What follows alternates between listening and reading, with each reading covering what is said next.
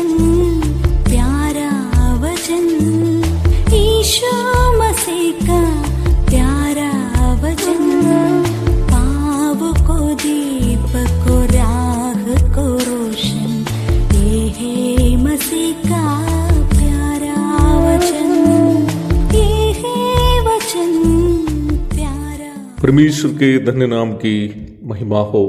प्रभात मनन के सत्र 1914 में आप सभी का बहुत ही विनम्रता के साथ स्वागत करता हूँ। आइए आज के मनन के लिए हम पढ़ते हैं इब्रानी अध्याय 7 पद 17 से लेकर 19 तक के आयत।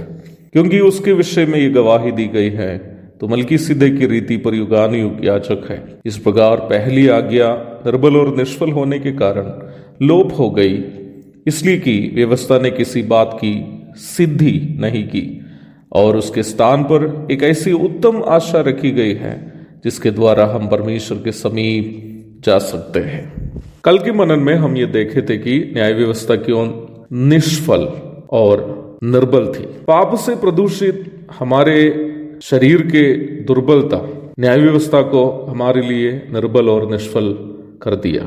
इसलिए न्याय व्यवस्था को उपलब्ध कराने का उद्देश्य हम में पूरा नहीं हुआ। यह बात 18 एवं 19 पदों में लेखक समझाने का एक उद्देश्य है।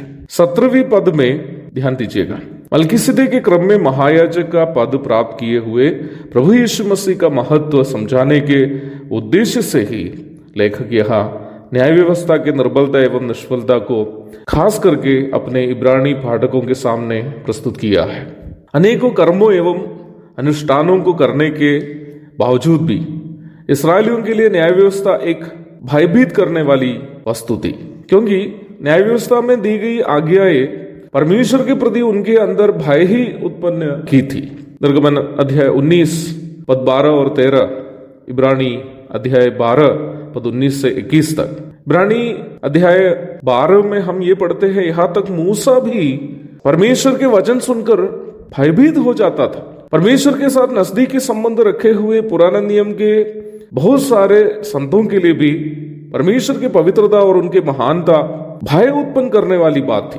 परमेश्वर के साथ नजदीकी रिश्ते रखने के बावजूद भी पाप से प्रदूषित होने के बाद आदम और हव्वा परमेश्वर की आवाज सुनकर भय से कांपते हुए अपने आप को एक वृक्ष के पीछे छिपाते हुए उत्पत्ति 3 की 8 में हम पढ़ते हैं। परमेश्वर के संदूक को छूने के कारण परमेश्वर ने जब उज्जा को मारा, यहां तक दाऊद राजा भी परमेश्वर से डरते हुए दूसरे शमूएल अध्याय 6 की 8 और 9 में हम पढ़ते हैं। इस प्रकार के अनेकों उदाहरण हम पुराने नियम में देख सकते हैं। इस्राएल के महायाजक भी साल में एक बार परमेश्वर की उपस्थिति में अति पवित्र स्थान में जाते समय बड़े भय के साथ जाते थे, परंतु उस स्थान में हम जो पुराने नियम के उन बड़े संतों के सामने कीड़े मकोड़े के समान लोग हैं, यीशु मसीह के याजकपन की सेवा के द्वारा एक उत्तम आशा प्राप्त की है। वो आशा यह है कि हम किसी भी समय यीशु मसीह के द्वारा परमेश्वर पिता से बात कर सकते हैं। और वैसे ही हम में से 2 या 3 जन जहां कहीं भी यीशु मसीह के नाम में इकट्ठे होते हैं, वहां वो प्रभु अपनी परम पवित्र उपस्थिति देने का वायदा किया है। और उतना ही नहीं, हमारी धन्य आशा, वो उत्तम आशा यह है कि एक दिन हम उस परम पवित्र प्रभु यीशु मसीह के पवित्रता के तुल्य होकर उनके समान हो जाएंगे। हम यीशु मसीह में वास्तव में कितने धन्य लोग हैं, क्योंकि हमने एक उत्तम आशा प्राप्त की है। एक और शुभ दिन की धन्य कामनाओं के साथ आज का मनन में यह समाप्त करता हूं। प्रभु आप सबको आशीष दे। आमीन।